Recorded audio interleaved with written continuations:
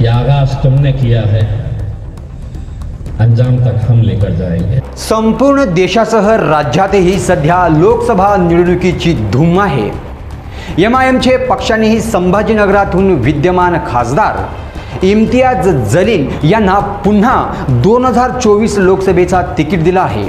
त्यांनी गेल्या काही वर्षात खासदार असताना मतदारसंघाची चांगल्या प्रकारे बांधणी केली आहे। यावेळी देखील ते पुन्हा एकदा विजयी कामगिरी करण्यासाठी सज्ज झाले आहेत। ये आगाज तुमने किया है, अंजाम तक हम लेकर जाएंगे।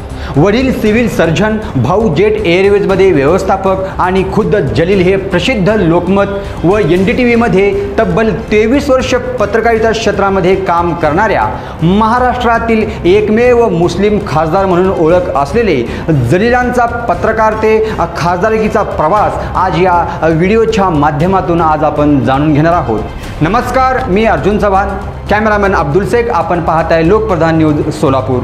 विधानसभेच्या 2014च्या निवडणुकांच्या वेळेची ही गोष्ट आहे।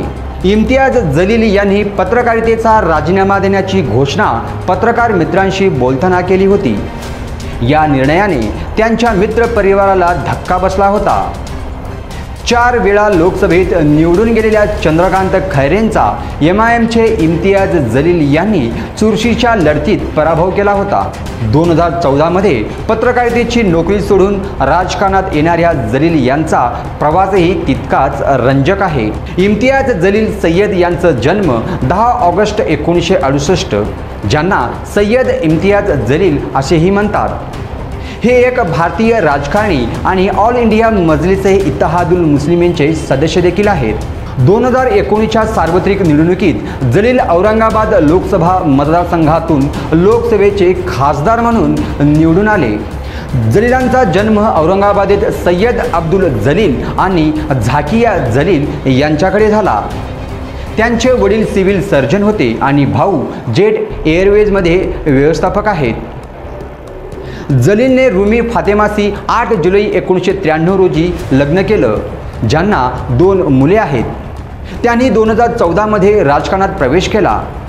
त्यांनी मतदानाच्या 22 दिवस आधी प्रचाराला सुरुवात केली होती आणि शिवसेनेचे विद्यमान आमदार प्रदीप जयस्वाल यांचा सुमारे 20,000 मतांच्या फरकाने पराभव देखील केला होता। 23 एप्रिल 2015 रोजी इम्तियाज जलील यांच्या नेतृत्वाखाली AIMIMने औरंगाबाद महापालिका निवडणुकीत 25 जागा जिंकल्या होत्या। 11 डिसेंबर 2021 रोजी जलील यांनी महाराष्ट्रातील मुस्लिम समाजाला 5% आरक्षणाच्या मागणीसाठी औरंगाबाद ते मुंबई या मजलिस पक्षाने आयोजित केलेल्या तिरंगा रॅलीचे नेतृत्व देखील केलं होतं। जलील यांना 1 मे 2023 रोजी यशवंतराव चव्हाण सभागृह मुंबई येथे सर्वोत्कृष्ट कार्यशील राजकारणी श्रेणीमध्ये 15व्या न्यूज मेकर्स अचिव्हर्स अवॉर्ड्स 2023ने सन्मानित देखील करण्यात आला आहे। 11 जून 2022 रोजी नुपूर शर्माच्या प्रेषित मुहम्मद यांच्या विरोधात केलेल्या वादग्रस्त विधानाचा निषेध करताना जलील तिला औरंगाबाद येथे फाशी देण्यात यावी असेही सांगितलं होतं। या वक्तव्यानंतर जलील हे चांगलेच वादात अडकले होते। जलील यांचा पक्ष कट्टरवादी असला तरी जलील एमआयएमच्या तिकिटावर निवडून आले असले तरी ते कट्टरवादी नाही आहेत। जलील अतिशय सुसंस्कृत आणि उच्च शिक्षित आहेत। 2014 साली काही जणांनी इम्तियाज जलील यांना आम आदमी पक्षात जाण्याचा सल्ला देखील दिला होता।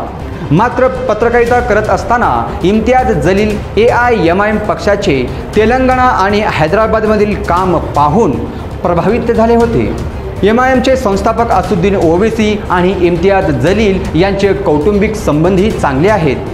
नुकतेच हैदराबादमध्ये जाऊन AIMIMचे खासदार असुद्दीन ओवैसी यांना आव्हान देत 15 सेकंदासाठी पोलीस हटवा मग तुम्हाला कळेल अशी भडकाऊ भाषण करणाऱ्या अमरावतीमधील महायुतीच्या उमेदवार नवनीत राणावर इम्तियाज जलील यांची जीभ घसरली होती। इम्तियाज जलील ओवैसी का चमचा क्या बोलता है? अमरावती आएंगे बोले नवनीत राणा को गिराने। अरे तेरे जैसे कितने आए कितने गए, बहुत फड़फड़ा रही है।